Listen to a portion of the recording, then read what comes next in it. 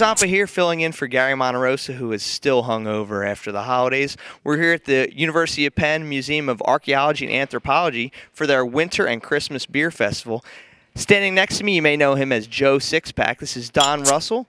He's the MC/creator of the event today, and we're going to talk to him just about a couple things, the first of which will be his brand new book that you may be able to find on the shelves of your local bookstore. It's called Christmas Beers. Don, thanks for coming on with us. I'm glad to be here. It's what a great day for a beer drinking event. Now, I've been imbibing for the past 3 hours, and I have to say that the selection of beers today was esoteric and excellent. I'm glad you enjoyed it. We really had a great time picking all the beers. We had over 50 different Christmas beers, winter ales, and holiday lagers, name them what you like. And they're from all over the world. Of course, we had a lot of great U.S. beers like Sierra Nevada and Anchor and Stouts and, Weyerbacher, you name it, all the great beers that we've come to love every Christmas. But then we really spiced it up with an amazing selection of Belgians and Scandinavian and German beers. And French beers that you don't really see around here. I know. There was a Beer de Noël from Thérèse, I think I'm pronouncing it correctly, which was incredible stuff. Those French beers, a lot of people think of these Christmas beers as being big and heavy, and I love that. But the French ones tended to be a little bit lighter, a little bit more effervescent, really crisp beers that you could really enjoy with a lot of different foods, I think. Excellent. I had the Beer de Noël. That was actually very good, one of my favorites here at the festival. And I have to just take a second to mention the absolute amazing area that we had the festival in at the University of Penn Museum here. How did that come about? Well, the Penn Museum has been a host of the most important beer festival in Philadelphia history for I think about 20 years now, and that was the Michael Jackson event that was held here every spring. And right in this room is where I first met Michael Jackson years ago, and of course in the rotunda is where we would have all the great beers that he would write about. And that festival had been going on for years. I mean, that introduced so many people in Philadelphia to great beer. And, obviously, Michael Jackson passed away last year, and as a result, we've changed some of the festivals here at Penn Museum.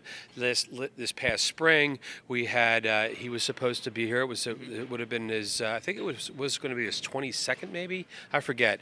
At any rate, we had to adapt, and we made it a tribute to Michael Jackson.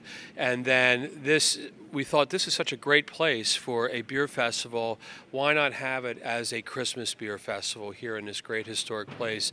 Really a wonderful space. All this old stuff here is very cool, very cool. I mean, just behind us, the head of the colossal statue of Ramses, just laying around in the back here. Right.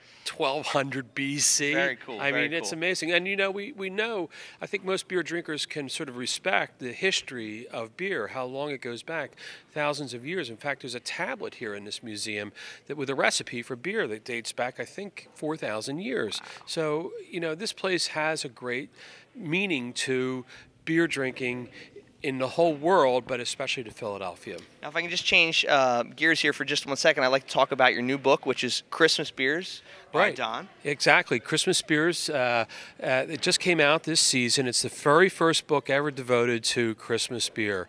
We know that Christmas beer is not a style of beer, which is what a lot of beer books are about, styles.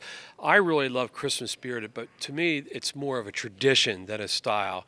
And so it gave me the ability to write about the history and the culture and obviously the traditions behind Christmas beers, which really date back thousands of years and actually even predate Christianity, going back to the days of solstice celebrations that the pagans would have been holding thousands of years, even before the birth of Christ. So it was a lot of fun writing that book and doing the historical research into the tradition, but also writing about the amazing selection of Christmas beer that's out there. The history of the Christmas beers and the winter beers to me is still fairly new, but it was just amazing to hear Don speak earlier, and I think we have some footage of that speaking during your VIP session that you had here. Now, also you have coming up the next couple weeks is Philadelphia Beer Week. If we could just touch on that for a minute. Philly Beer Week. It's a one-of-a-kind festival. nothing like it in the rest of the world. We're talking about 10 straight days of beer events, more than 200 separate beer events. We might hit 300 beer events this year in over 100 different locations around Philadelphia and the suburbs. Nobody else does it like it in the world. As a matter of fact, there's at least a half a dozen cities out there that are copying Beer Week for their own cities last year because they realized what a great thing it is.